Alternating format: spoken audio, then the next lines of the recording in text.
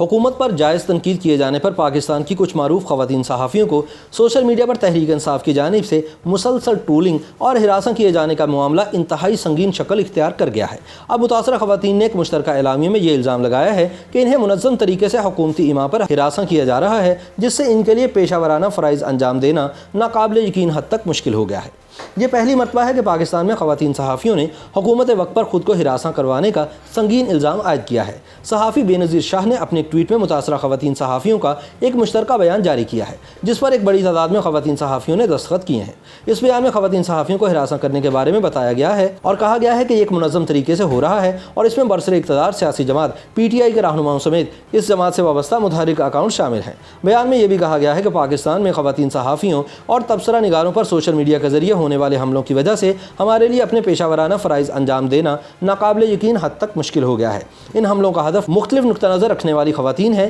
اور وہ جن کی رپورٹس میں پاکستان تحریک انصاف کی حکومت کو تنقید کا نشانہ بنایا گیا ہے۔ خواتین صحافیوں نے اپنے مشترکہ بیان میں الزام لگایا ہے کہ انہیں نشانہ بنانے کے پیچھے حکومتی اہلکار ہیں جن کی شہ پر یہ سب کچھ ہوتا ہے، لیکن تحریک انصاف کے سینیٹر اور ایوان بالا کی قائمہ کمیٹی برائے اطلاعات و نشریات کے چیئرمین فیصل جاوید خان نے حسب توقع صحافی خواتین کی جانب سے اپنی جماعت پر عائد کردہ الزامات کی تردید کی ہے۔ خواتین صحافیوں کے بیان کے مطابق آن لائن حملے حکومتی عہدیداروں کی جانب سے شروع کرائے جاتے ہیں اور پھر ایک بڑی تعداد میں ایسے ٹویٹر اکاؤنٹس جو حکمران جماعت سے وابستگی کا اعلان کرتے ہیں ان حملوں کو ہوا دیتے ہیں۔ بیان میں الزام لگایا گیا ہے کہ یہ منظم طریقے سے ہو رہا ہے اور خواتین صحافیوں کو ڈرانے دھمکانے کے لیے انہیں بدنام کیا جا رہا ہے اور ان کی ذاتی نوعیت کی معلومات عام کی جاتی ہیں۔ بیان میں مزید یہ بھی کہا گیا ہے کہ صحافیوں پر جعلی خبریں پھیلانے اور عوام دشمن ہونے کا الزام لگایا جاتا ہے اور انہیں لفافہ کہہ کر بلایا جاتا ہے۔ صحافی اور انسانی حقوق کی علمبردار اور علامت سمجھی جانے والی آسمہ جہانگیر کی صاحبزادی منیزہ جہانگیر نے اس بارے میں کہا کہ ہم نے ماضی میں اس سے برا وقت بھی دیکھا ہے۔ میں نے اپنی والدہ کے ساتھ مارشل لا کا زمانہ دیکھا ہے، ان کو جیل جاتے دیکھا ہے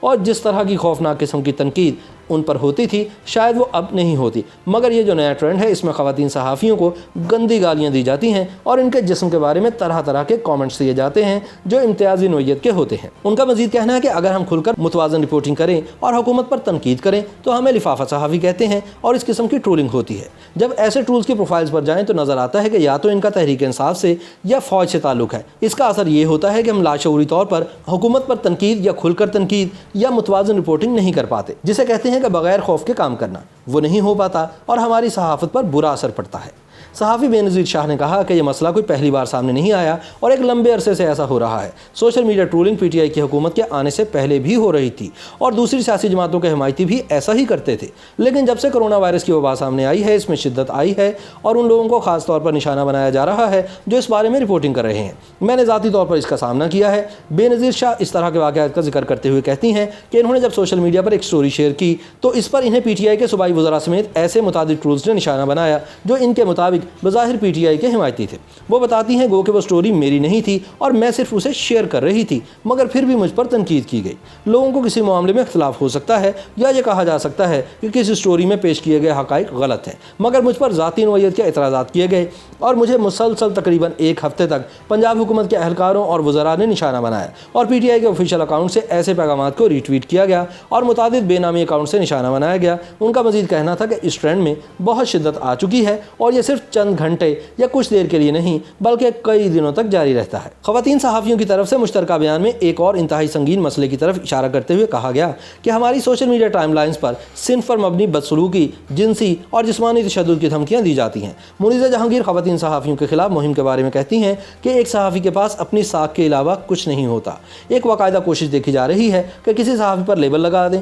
کہ یہ تو نون لیگ کی ہے یا پیپلز پارٹی کی ہے اور اگر آپ اس کے ساتھ یہ کر دیں گے تو اس کی ساکھ ختم ہو جائے گی اور کوئی ان کی نہیں سنے گا۔ میں سمجھتی ہوں کہ یہ کوشش صرف ٹولز کی نہیں ہے بلکہ لیڈرشپ کی سطح پر ہے۔ میں یہ نہیں کہتی کہ یہ مرکزی سطح پر ہے مگر صوبائی سطح پر ضرور ایسا ہے۔ یہ لیڈرشپ کی ایک سوچ ہے۔ بے نظیر شاہ کہتی ہیں کہ کیا حکومت کے اہلکار جو وزیر اعظم یا حکومت کا سوشل میڈیا اکاؤنٹ چلاتے ہیں کیا انہیں رپورٹرز کے بارے میں ذاتی نوعیت کے حملے کرنے چاہیے؟ ہمیں بتایا گیا ہے کہ حکومتی اکاؤنٹس سرکاری کاموں کے بارے میں معلومات دینے کے لیے ہیں۔ ہمیں حکومتی اہلکار لفافہ صحافی کہتے ہیں اور ہم پر جعلی خبریں چلانے کا الزام لگاتے ہیں۔